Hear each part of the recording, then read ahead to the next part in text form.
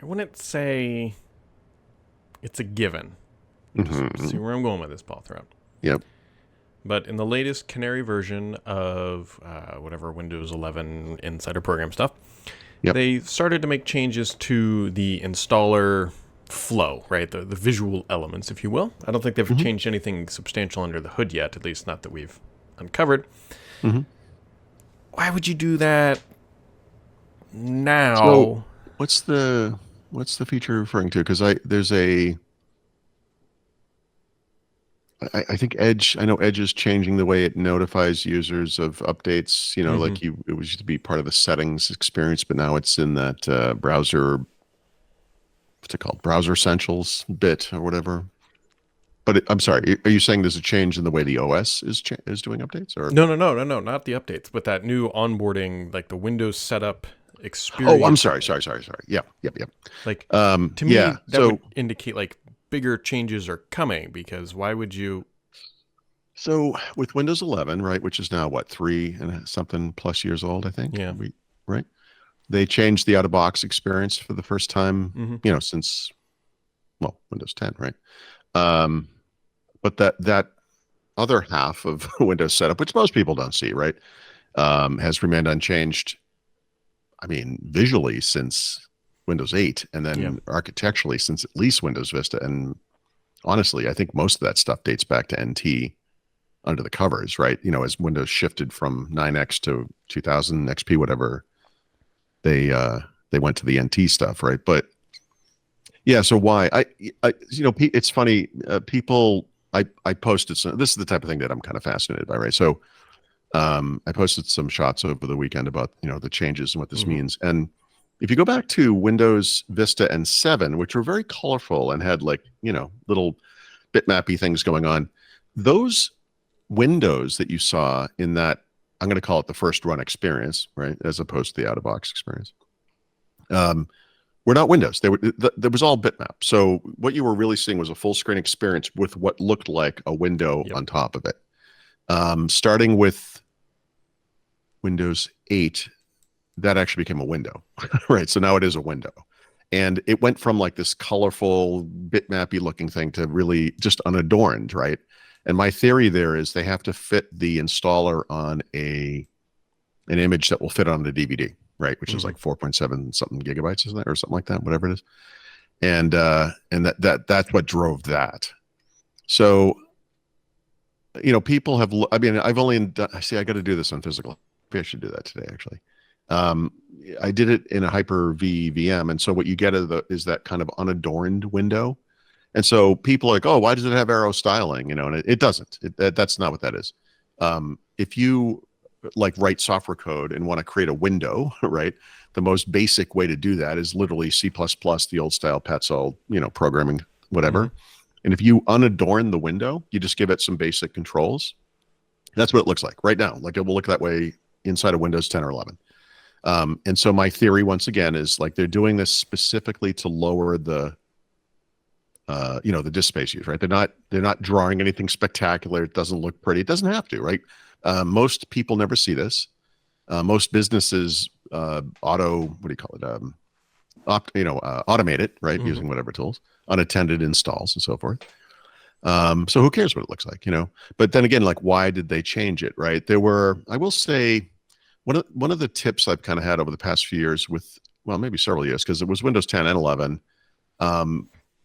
Microsoft has this notion, and you can look it up. There's if you type in restore, I guess, you can create a restore disk or whatever. You're actually better off just using your install media because what is it called? I always forget because it's, who cares?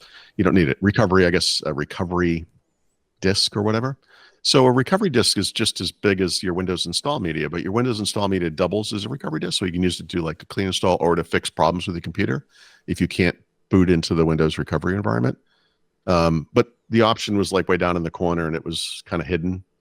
So this is more consistent with the experience you see in, I think it's called the Windows 11 Upgrade Assistant off of, that download page on Microsoft.com. It probably is the same code. There's actually out of date language in it. So if you compare it to Windows 11 today, the language has been updated in that experience, but this version, it has not been, which tells me they're just using the same, they want to make it a consistent experience no matter how you do it, I guess. I don't think it's anything revolutionary. Like you're wondering if like maybe this is the beginning of like further changes to come, I guess. Yeah. I mean, maybe, but I just think they're going for, I think it's just one software base, like one code base. Like this is just easier for them. They're going to have all these different ways you can install, upgrade, slash, recover Windows, recover, reset, whatever, it's like, it just gives it a consistent, it's just the same. I bet it's the same code. So just one little bit of terminology that's in there. If you look, I don't remember the exact wording, but if you look at the Windows 11 first run experience today, there's a comment in there about your product key, right? And it's like, and it tells you where it could be. And the version that's in this thing, which is newer, ostensibly, mentions it might be in the box with the DVD, and then that's not, that's not, we don't use this language anymore, right? So that's out of date. That's how it used to be, probably back in Windows 7, 8, whatever.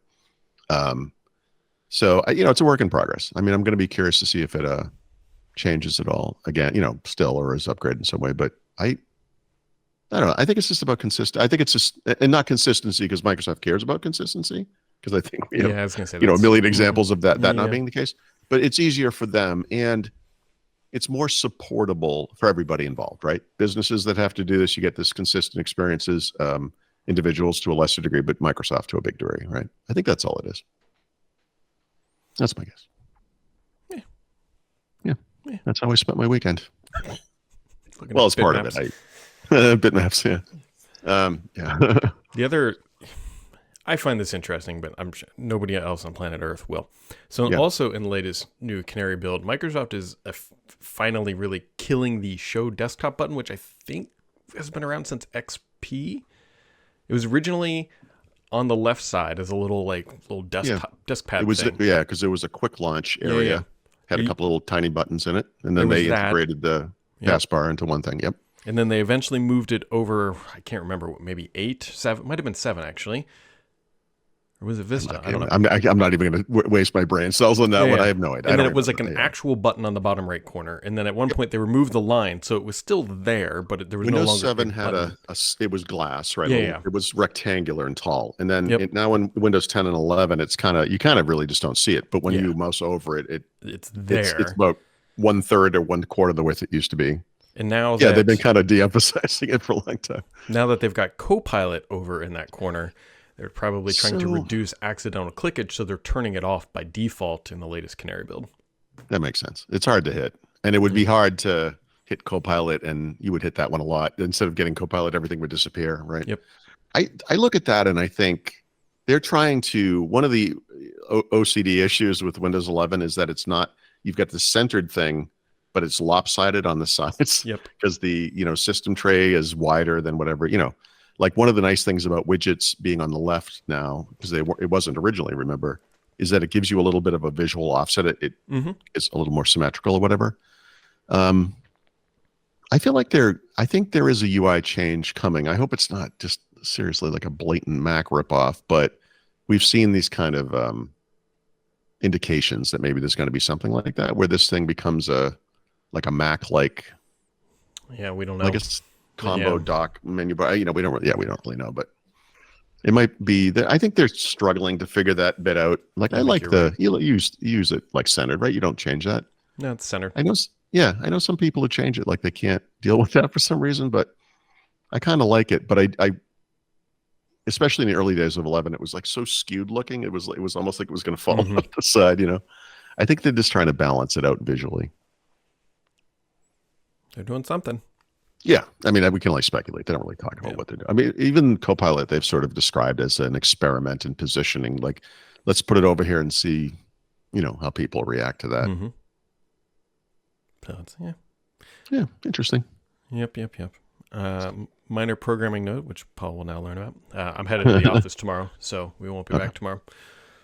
And I will, and I'm me, so I won't remember that. And I will sit here at 9 or 8:57 waiting for the pop-up that's never coming. It's like losing a puppy. Oh my god. Like, what happened? Oh my god, dude, we've gotten so much rain. I don't know. I know why I Yeah. just thought of this. People are like, how did puppy turn into rain? Well, I just heard my sump pump run. Okay. Right. We've gotten like 7 inches of rain in 10 days or something like this. Like it is. My backyard's a swamp. Yeah. So I'll be your typical neighbor slash person you barely know, and I'll just say something stupid like, "At least it's not snow." Am I right? Mm. But yeah, at least it's not snow. Am I right? Yeah, that would have been a lot of snow. Because that would be terrible. You Yeah. know? Actually made me realize I'm gonna have to do some more like regrading of the backyard and put in more drains because we did some regrading last year and like the water's far enough away from the foundation, not that anybody cares. But by doing I that, read you did a big project to put in that sump pump that involved digging Yeah. into the earth, right, to get the water away from the house. Yeah. yeah, and then last year when we did all the trees and gardening in the backyard, we built up more grading away from the house, which is great. The problem now is that where the current outdoor French drain is, or French drain. whatever you want to Is call it it. because the water's always retreating from the house? Am I It's right? from the France region of France. I don't know. That's the cheapest. It's as stupid as the weather thing I just did. You know, Yeah, it's just whatever. getting the- That collection pipe is now too close to the foundation, and so I'm going to put another one in that's further out because the water is just sitting and collecting there rather than. I can't wait for you to hit middle age, man. You're going to be so tired of this bullshit. You're going to be I like, already you know what? am. I'm not doing this anymore. Like you're in this period of life where like these are the types of things you spend your time and effort on. Mhm. And I look at that and I'm like, yeah, I'm not doing that. I'm already excited about the back pain. You know, I'm done. Yeah, well, I've got it mapped out. The goal now I have to decide is if I'm going to rent a trencher or whatever they call this thing. A trencher, the thing yeah. that digs the trench. You mean? Like think Tim the Tailor or whatever home improvement. Yeah. Like, No, and you would do that because it'd be fun to operate that kind of machine. It would. It's like a giant chainsaw that goes.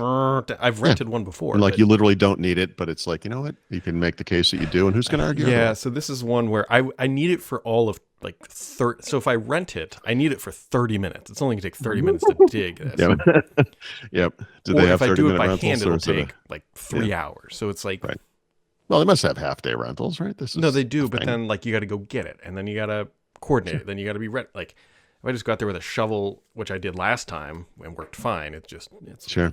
yeah. All that stuff you just described, I'm like, I'm going to read a book.